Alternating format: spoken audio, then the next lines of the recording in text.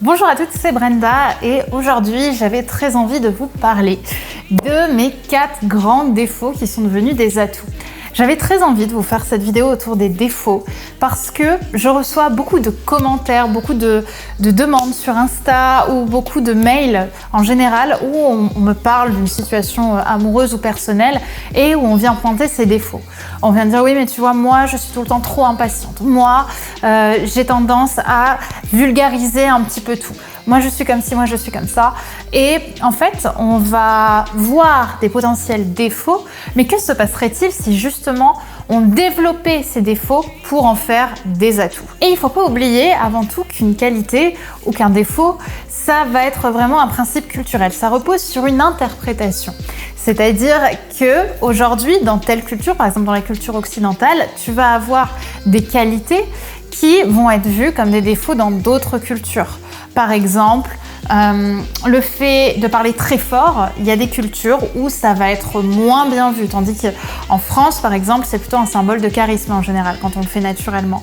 Tu vas aller dans un pays où tu vas avoir un défaut dans ta vie en général, actuellement, qui va être vu comme une immense qualité pour une autre culture ou une autre époque. Donc tout repose en fait sur des interprétations et ta plus belle qualité actuelle peut être vue comme le pire des défauts dans d'autres civilisations ou d'autres cultures, tandis que des défauts aujourd'hui peuvent être vus comme des qualités absolument incroyables dans d'autres pays. Donc déjà de base, il faut revoir les interprétations, il faut vraiment vous dire que tout est fluctuant et tout aussi dépend du monde dans lequel on vit. Maintenant, je vais te parler un petit peu plus de mes défauts et de comment est-ce que moi j'en ai fait des qualités. Et le premier défaut, j'en souris parce que c'est un truc qui m'a beaucoup marqué, c'est mon impatience. J'ai toujours été quelqu'un de très fonceur. De tout le temps me dire ok, je vais agir comme ça, je vais faire ça, je vais aller là. Et en fait, j'ai toujours agi très vite. Et je me souviens de ma professeure de mathématiques en 6e qui avait dit à mes parents « Oui, vous voyez, votre fille, c'est comme un cheval de course. C'est-à-dire qu'elle fonce, sauf qu'elle n'a pas la capacité de sauter la barre. Du coup, elle va se prendre la barre et elle va tomber. » Et pendant longtemps, j'en ai énormément complexé, du coup, parce que je me suis dit qu'il fallait que je me calme, que j'étais du coup trop fonceuse, qu'il fallait que j'apprenne à réfléchir parce que du coup si je réfléchissais pas c'est que j'étais bête. Alors qu'aujourd'hui c'est l'une de mes principales qualités parce que si j'étais pas fonceuse, eh bien j'aurais jamais créé Attitude Séduction, j'aurais jamais entrepris comme j'entreprends. Du coup non, je ne suis pas impatiente, je suis entreprenante. C'est-à-dire que je vais passer d'une pensée à une action. Je vais passer de la passivité à l'activité. Donc oui, l'impatience dans certains cas ça peut être quelque chose qu'il faut retravailler, mais l'impatience c'est aussi une excellente qualité en général. Dans votre vie, l'impatience va vous amener à gagner du temps. Et le temps, c'est ce qu'on a de plus précieux. Donc, évidemment qu'il y a un petit peu de réflexion à avoir sur quelques points basiques, mais de façon générale, l'impatience, quand on la règle bien, elle va vous rendre surpuissante, elle va vous permettre d'aller plus vite et elle va vous permettre d'aller plus loin. Le deuxième défaut dont j'ai envie de vous parler, c'est mon hypersensibilité.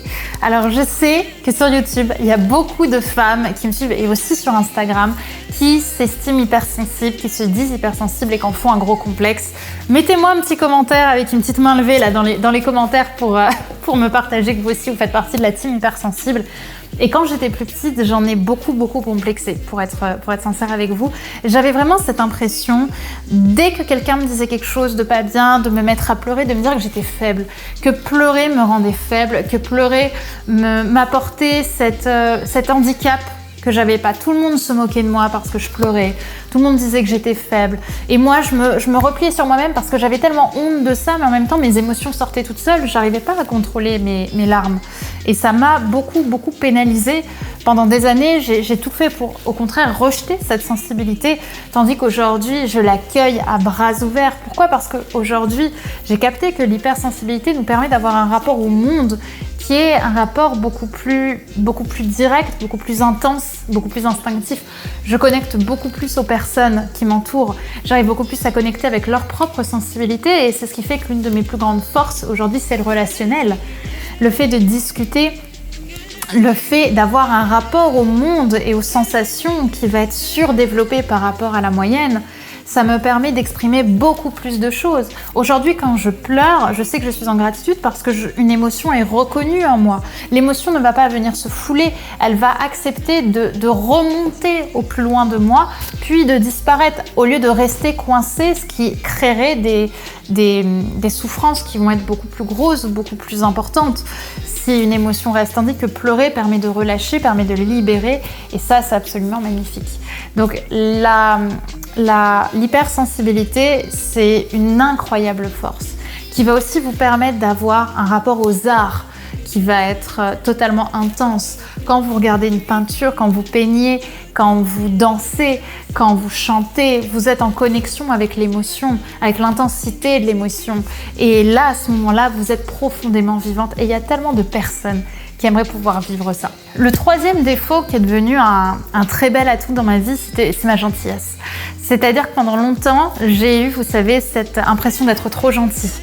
De me faire tout le temps marcher sur les pieds. Je me souviens de ma mère qui rentrait le soir et qui me voyait parce que j'avais pas pris mon goûter, parce que je l'avais donné à quelqu'un, qui me disait « Mais t'es trop gentille, Brenda, t'es trop gentille, arrête d'être trop gentille. » Et pendant longtemps, j'ai complexé de ça parce que, une nouvelle fois, j'avais l'impression d'être faible.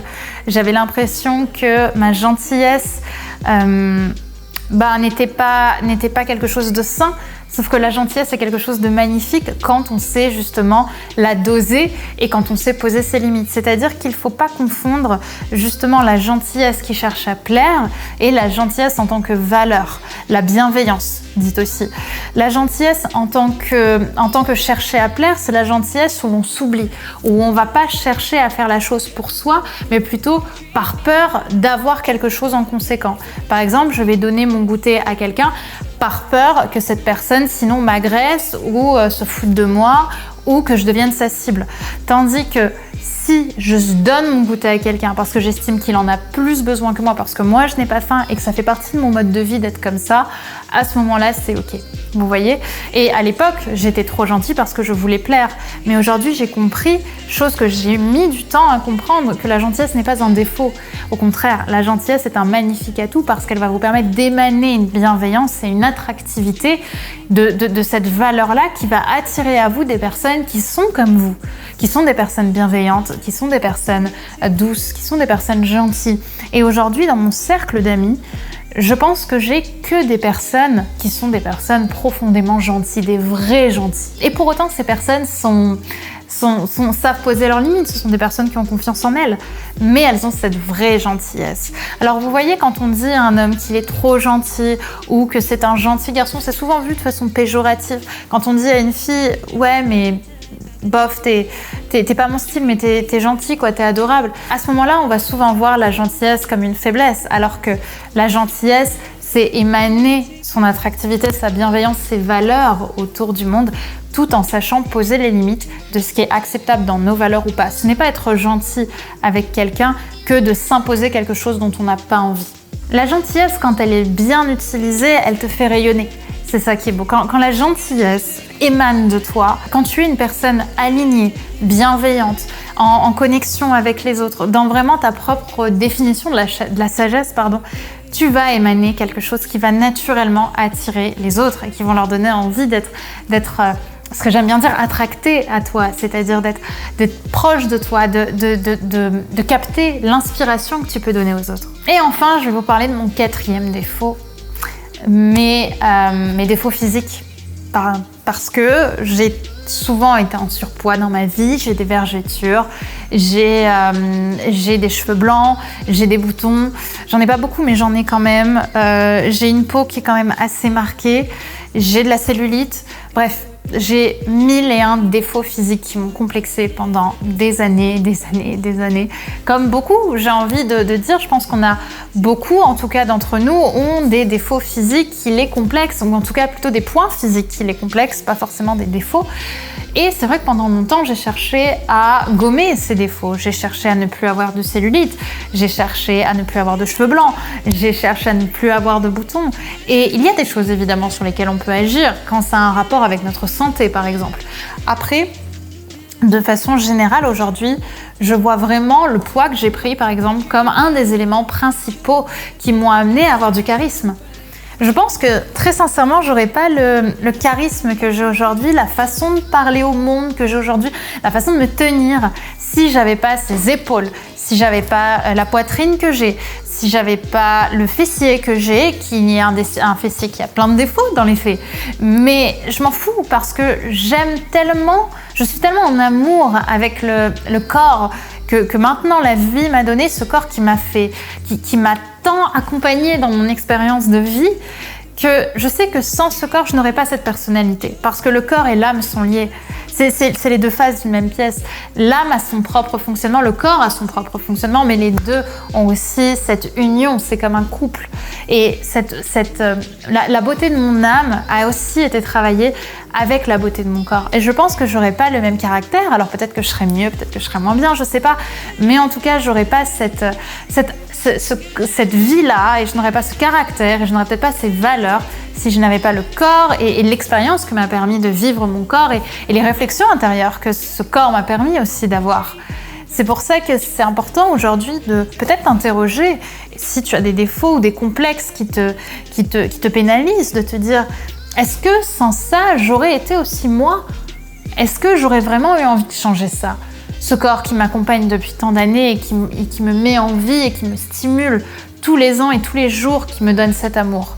Parce que sans ce corps, tu ne serais pas toi. Et sans toi, est-ce que tu aimerais être quelqu'un d'autre? Donc vous l'aurez compris les filles, dans la communauté qu'on est en train de créer, c'est très important de célébrer en fait votre personnalité. Votre personnalité est faite d'imperfections. Oh, rien en vous est scientifiquement parfait. Tout est imparfait et c'est dans cette imperfection que vous vous épanouissez. C'est dans vos nuances, c'est dans vos traits. C'est dans votre caractère et c'est ça, encore une fois, qui va faire de vous votre propre alignement, votre propre sérénité, qui va dessiner votre propre amour de vous-même et la façon dont vous allez transmettre de l'amour aux autres. C'est vraiment de vous dire sincèrement, est-ce que j'aimerais changer quelque chose chez moi? Est-ce que quelque chose aujourd'hui qui est aligné avec mes valeurs? Attention, j'entends pas de s'améliorer dans des domaines où justement vous avez envie de travailler vos valeurs, mais de façon générale, est-ce que il y a des traits de caractère qui pour vous sont des complexes que vous devriez changer pour vous? Est-ce que finalement vous n'êtes pas déjà parfaite? Est-ce que tout ne réside pas finalement dans l'acceptation de certaines choses pour justement s'épanouir dans vos qualités et dans vos imperfections? Est-ce que finalement le vrai amour de soi, ce n'est pas de s'accepter tout entier, tout en s'améliorant dans sa vie, tout en travaillant sur soi, mais avant tout de s'aimer tout entière, de s'aimer en alignement avec tout ça. Donc j'espère que cette vidéo vous aura un peu éclairé. N'hésitez pas à me dire si vous voudriez que je vous fasse une vidéo 2 là-dessus, parce que c'est une vidéo qui m'a beaucoup émue de vous faire, pour être sincère, d'être vachement plus dans finalement la vulnérabilité aussi, d'accepter cette vulnérabilité, de vous partager ça. Alors n'hésitez pas à me dire par commentaire si vous avez aimé cette vidéo et si vous aimeriez d'ailleurs que je vous en partage peut-être d'autres dans ce style-là. N'hésitez pas à me le dire dans les commentaires si ce style de vidéo maintenant vous plaît. Et bien sûr, n'oubliez pas de me joindre sur Insta, sur Brenda Boukris, pour entendre un petit peu aussi tous les conseils complémentaires que je donne à mes vidéos YouTube, dans lesquelles je vais peut-être parler de corps, d'estime du corps, d'amour du corps. Je vais faire des stories peut-être aussi à ce sujet, et où au quotidien vous aurez des conseils un peu différents, mais tout aussi intenses, comme j'aime bien dire, que sur YouTube, et ça vous permet de voir une autre facette aussi de tout le travail qu'on fait. Donc je vous laisse me rejoindre sur la chaîne et surtout prenez soin de vous, aimez la vidéo et bien sûr je vous dis à très vite pour une nouvelle vidéo. Prenez soin de vous, vous êtes absolument extraordinaire.